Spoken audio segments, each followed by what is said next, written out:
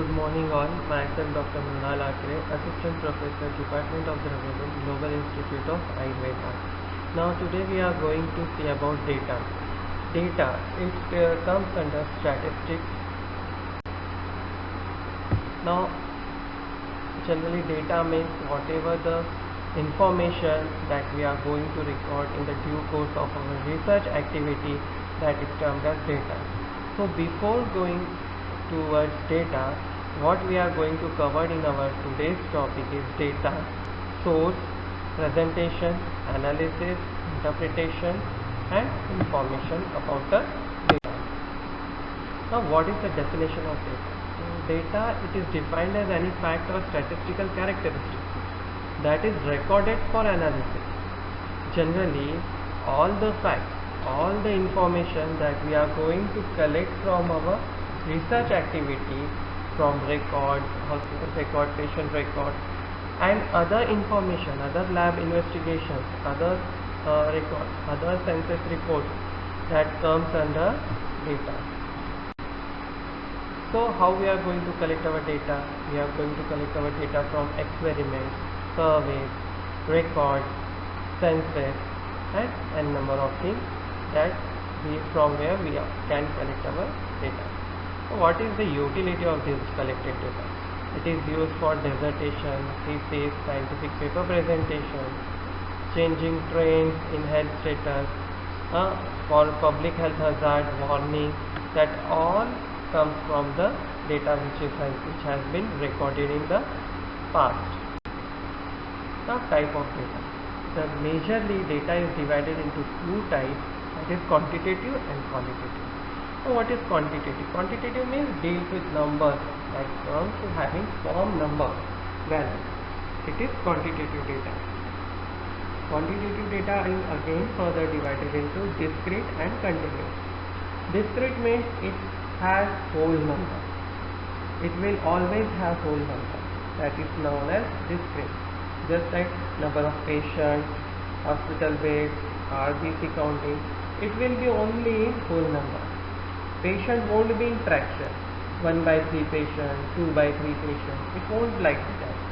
It will be only 1 patient, 2 patient, 3 patient, 10 out of 4 patients. That will be the discrete data. Continuous data. Continuous data, it will be continuing in number. That will always be in the decimal point. Means when we are recording our temperature, it will be 99.2, 99.3, 101.1.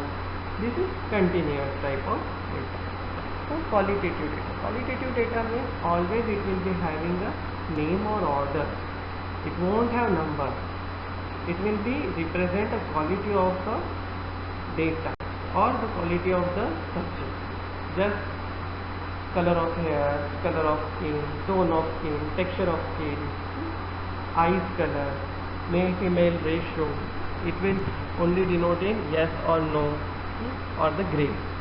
It will always be having grade, like ordinal type of scale. Grade of tumor, that you know, like Ruber, Kaller, Daller, Saller and so on. Now classification of data. Data is classified according to its presentation or according to its different categories, like according to the source from where we have get our data.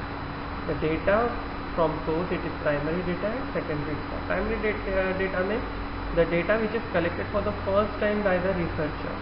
It is primary data. Now I am going to do some research, or you are going to do some research, then you are going to collect the data for your work for the first time, then it is primary data. Any kind of data. If you have enrolled your patient subject and you are going to collect his body temperature, its BP, sugar, serum creatinine, serum analysis, then it is for the first time you are going to collect, for first time you are going to take. So it is primary data. It has some merits and limits. Merits are quality is ensured.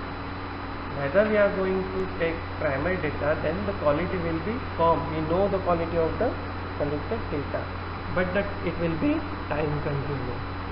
In secondary data, the data is collected from the work of previous researchers, previous scholars, journals, hospital records, and other things.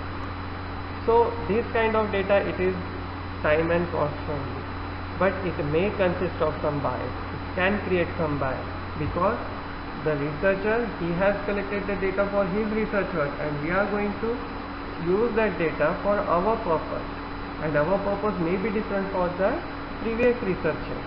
So it will induce the bias in our research. According to the nature, it will be qualitative and quantitative. Just we were previously discussed like that only, qualitative and quantitative data. On the basis of group, it will be group data and ungrouped data. Group data means when we are going to club n number of data in one, then it will be a group data. And when the data will be presented separately, it will be ungrouped data. Next classification is discrete and continuous. This also we have discussed previously. Discrete means it will be always in whole number, and continuous it will be in the fraction, or it will be in the decimal. Now presentation of data, the major portion, because when the data is properly present, then only it can be inferenced, or it can get some value from it. Like data is presented in the form of tabulation, like simple, complex, frequency and master table. Drawings, it will be in graph and qualitative diagrams like bar, pie, chart, picture, map, spot. And in the form of graph, it will be histogram, frequency polygraph, frequency curve, line chart, cumulative frequency, and scattered or dot diagram. Now tabulation.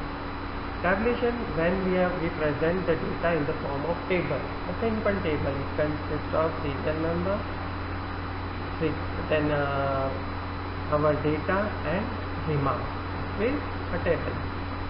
It has its type like simple table, complex table, frequency distribution table, and master table.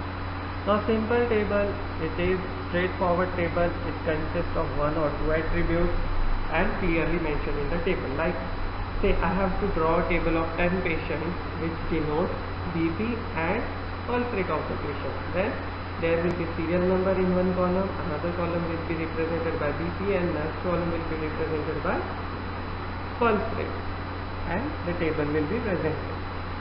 Complex table, it consists more than two attributes. When I have to show many things like CLC, DLC, WBC, RBC in one chart only, then it will be a complex table. Frequency distribution table. This type of table we are used to represent large ungrouped data in small manageable form. When we have 100 patients data and we have to represent in a small format, then we are going to use this data like that. If we have collected body temperature of 100 patients, and I have to represent that, and how will I represent? I will start from the basic value of body temperature like 96. From my first frequency will be from 96 to 97. Whatever the patient number, I will write in front of that frequency. We say from 96 to 97, I have 14 patients in that frequency. From 97.1 to 98, I will have 25 patients. From 98.1 to 99, I will have 30 patients in that, and so on. My data will be presented in such a frequency distribution. Master table. Master table, it will denote all the data which is collected for the research purpose. Now there are some rules for table presentation. Now what are the rules? Table should be numbered. Each and every table of our research work should be numbered properly, so that we can index them and it can be easily findable. Brief and self-explanatory title should be there. Each table should have brief and self-explanatory title. Heading of row and column must be clear, so that anyone can find out the things that are put into the table. Table should not be too large. Comparative figures should be there. If we want to represent large number of data, comparative filter should be given. Footnote should be given. Why footnote? To explain the table. So whatever we have expressed in the table, it should be explained in footnote in 2 or 3 ways. Classes should be clearly defined. Whatever classes we are going to put in the table, it should be defined somewhere. No non-overlapping. No overlapping should be there, so that our table should be clear and self-defined. Drawings. It is another form of representing our data. So what are the drawings? They are the pictures that are represented in the data. Diagrams, they are summary of the data.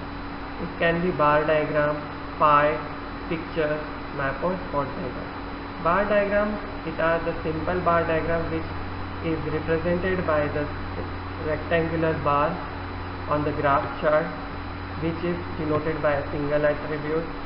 Multiple bar diagram, when there are more attributes, we use more bars in the graph chart. Proportional bar diagram, it is alternative to multiple bar diagram when a single rectangular bar can be divided into the source of data or to n number of data. Pie means a circle. A circular area can be divided and represent to show our data in the form of percentage, in the form of area, in the form of division. Picture, one picture can show 20,000 of words, and these 1,000 of words to denote, we use a picture diagram or a picture form. Map or a spot diagram. This you have seen in your geography book, in your schooling time. In a map, it mine or electricity area or the zone of coal are denoted by the spots or cross lines or many other things. Next are graphs. Graphs, they are of histogram, frequency, polygon. Histograms, they are graphical presentation of frequency distribution in a area diagram. It has different areas of rectangle varies with the frequency. Height of the rectangle, it will denote, indicate the frequency. Now frequency polygon. When this histogram, the center point of each rectangle, when we join that rectangle, we form a polygon. This polygon is termed as frequency polygon. When that frequency polygon it appears in a form of curve, then it is termed as frequency curve. When this curve denotes a straight line, then it is a line chart. Cumulative frequency, it is a relative frequency distribution. It is termed as an ogive also. Scattered or dot diagram. When our data is scattered, then we can't form any polygon frequency or line chart or cumulative frequency at that time. Only dots are appeared on our graph chart, that is termed as scattered or dot diagram. So, thank you.